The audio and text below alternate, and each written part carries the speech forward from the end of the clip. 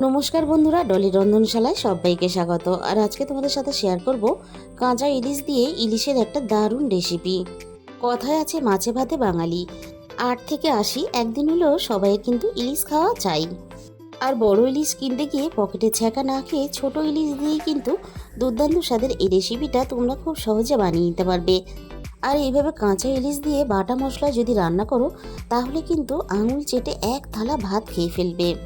এক পিস মাছ আর অল্প একটু গ্রেভি হলেই কিন্তু একেবারে দুপুরের খাওয়াটা জাস্ট জমে যাবে। তাহলে আজকের রেসিপিটা শেষ পর্যন্ত দেখার জন্য তোমাদের কাছে আমার অনুরোধ রইল। আর বন্ধুরা, কেউ কিন্তু রেসিপিটা স্কিপ করে দেখো না, শেষ পর্যন্ত আমি কি কি মশলা দিয়ে রেসিপিটা বানিয়েছি সেটার যদি একটাও মিস হয়ে যায় তাহলে কিন্তু এই রান্নার স্বাদ আসবে না। আমি প্রথমে এই রান্নাটা করার জন্য একটা মশলা বানিয়ে নেব। তার জন্য আমি একটা ছোট বাটির মধ্যে 2 চামচ পরিমাণ গোটা কাঁচা জিরে নিয়ে নিলাম। একবার যদি এরকম কাঁচা ইলিশের সাথে কাঁচা গোটা মশলা দিয়ে ইলিশ তোমরা রান্না করো, তাহলে অন্য রকম সমস্ত পদ্ধতি ভুলে বারবার কিন্তু এই পদ্ধতিতেই ইলিশ তোমরা রান্না করতে থাকবে। গোটা জিরের সাথে আমি 1 চামচ পরিমাণ গোটা ধনে দিয়ে দিলাম। আর ঝালের জন্য আমি 2টো শুকনো লঙ্কা দিয়ে দিলাম।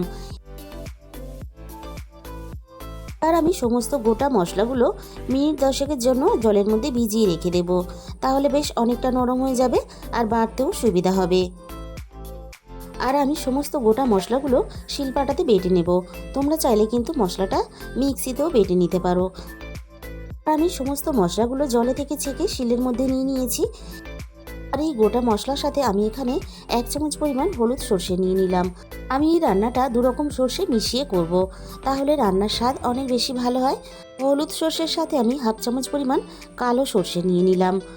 ধনে জিরে সব কিছুর সাথে আমি সর্ষেটাকে ভেজাতে ভুলে গিয়েছিলাম, তাই অল্প অল্প করে জল দিয়ে সমস্ত মশলা একসাথে আমি বেটে নেব। আর বন্ধুরা, যে কোনো মশলা দিয়েই ইলিশ মাছ রান্না করো না কেন, অল্প একটু সর্ষে না দিলে আমার মনে হয় ইলিশ মাছ রান্নাটা অসম্পূর্ণ থেকে গেল। এবার আমি সমস্ত মশলা একসাথে খুব ভালোভাবে একেবারে মিহি করে বেটে নেব।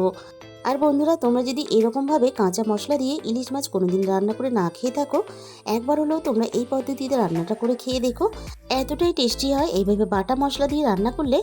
অন্য সমস্ত পদ্ধতি ভুলে তোমরা কিন্তু বারবার এই পদ্ধতিতেই রান্নাটা করতে থাকবে। আমি সমস্ত মশলা খুব ভালোভাবে দেখো বেটে নিয়েছি। আর মশলাটা ঠিক এরকম একেবারে মিহি করে বেটে নিতে হবে।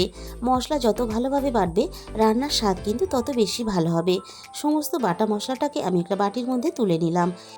আর বাটা মশলা দিয়ে যে রান্নাই করো না কেন, সেই রান্নার স্বাদ এমনিতেই কিন্তু অনেক গুণ বেড়ে যায়। আর বন্ধুরা, বড় ইলিশ যে রান্না করলে তবেই বড় ইলিশের স্বাদ পাওয়া যায় তা কিন্তু নয়।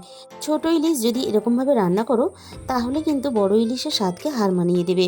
আর আমি ইলিশ মাছগুলোকে রান্নার জন্য আগে থেকে খুব ভালোভাবে ধুয়ে রেখেছিলাম। এবার আমি ইলিশ মাছগুলোকে রান্নার জন্য রেডি করে নেব।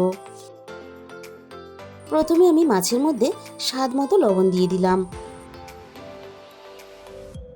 এবার আমি মাছের মধ্যে 1/2 চামচের একটু কম হলুদ গুঁড়ো দিয়ে দিলাম।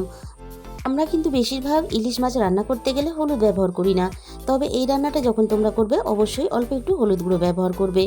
আর কালারের জন্য অল্প একটু কাশ্মীরি লঙ্কার গুঁড়ো দিয়ে দিলাম, কারণ রান্নাটা খেতে ভালো হওয়ার সাথে সাথে দেখতেও কিন্তু ভালো হতে হবে।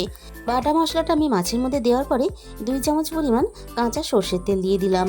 এবার আমি সমস্ত মাছগুলো মশলার সাথে হাত দিয়ে খুব ভালোভাবে ঘষে ঘষে মেখে নেব। আর মশলা দিয়ে মাছটা মেখে আমি কিন্তু রেস্টে রাখবো না, রান্নাটা আমি সাথে সাথেই করব। সমস্ত মশলার সাথে দেখো আমি খুব ভালোভাবে মাছটা মেখে রেডি করে নিলাম। এবার আমি রান্নার দিকে চলে যাব। প্রথমে আমি কড়াইটাকে খুব ভালোভাবে গরম করে নিয়ে কড়াইয়ের মধ্যে 1 চামচ পরিমাণ সর্ষের তেল দিয়ে দিলাম।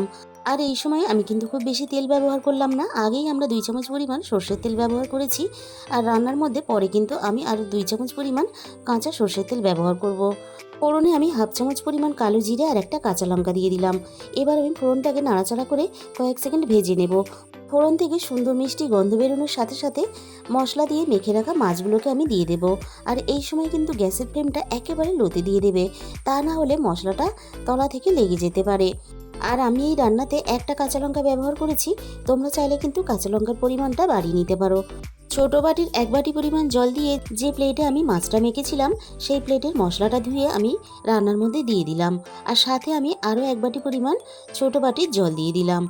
তোমরা রান্নাতে যেরকম ঝোল রাখতে চাও সেরকম হিসাব করে জলটা দিয়ে দেবে। এবার আমি জলের সাথে সমস্ত মশলা, মাছ নাড়াচাড়া করে আমি ভালোভাবে মিশিয়ে দেব। আর ইলিশ মাছ এমনই একটা মাছ, খুব সহজে খুব তাড়াতাড়ি কিন্তু রান্না করা যায়। এবার আমি মাছটাকে খুব ভালোভাবে সিদ্ধ হওয়ার জন্য কিছুক্ষণের জন্য ঢাকা দিয়ে দিলাম। কাঁচা ইলিশ অনেকেই অনেক রকম পদ্ধতিতে রান্না করে খেয়ে থাকে। একবার হলেও তোমরা এই পদ্ধতিতে রান্না করে খেয়ে দেখো, এর স্বাদ কিন্তু মুখে লেগে থাকবে। মিনিট 20 পরে আমি কড়াই থেকে ঢাকাটাকে সরিয়ে নিলাম। এবার আমি রান্নাটা আরও একবার নাড়াচাড়া করে নেব। আর এই রান্নাটা কিন্তু এইরকম একটু পাতলা পাতলা ঝোল রেখেই রান্নাটা করতে হবে। এবার আমি মাছটা খুব ভালোভাবে সিদ্ধ হয়েছে কিনা দেখে নেব। মাছ কিন্তু খুব ভালোভাবে সিদ্ধ হয়ে গেছে। এবার আমি রান্নার মধ্যে 2 চামচ পরিমাণ আরও কাঁচা সর্ষের তেল যোগ করে দিলাম। সর্ষের তেলটা অবশ্যই রান্নাতে ব্যবহার করবে, তাহলে এই কাঁচা সর্ষের তেলের গন্ধটা রান্নার সাথে মিশে গিয়ে রান্নার স্বাদ আরও দ্বিগুণ বেশি বাড়িয়ে দেয়।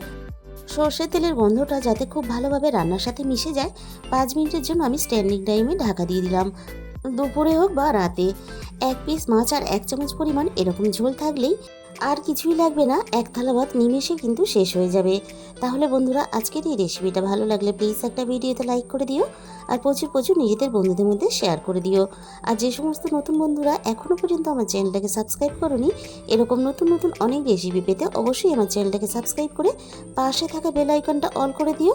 তাহলে আমি যখনই কোনো নতুন রেসিপি আপলোড করব, সবার আগে তোমার কাছে পৌঁছে যাবে। আর তোমাদের মূল্যবান সময় দিয়ে রেসিপিটা শেষ পর্যন্ত দেখার জন্য তোমাদের সবাইকে অসংখ্য ধন্যবাদ।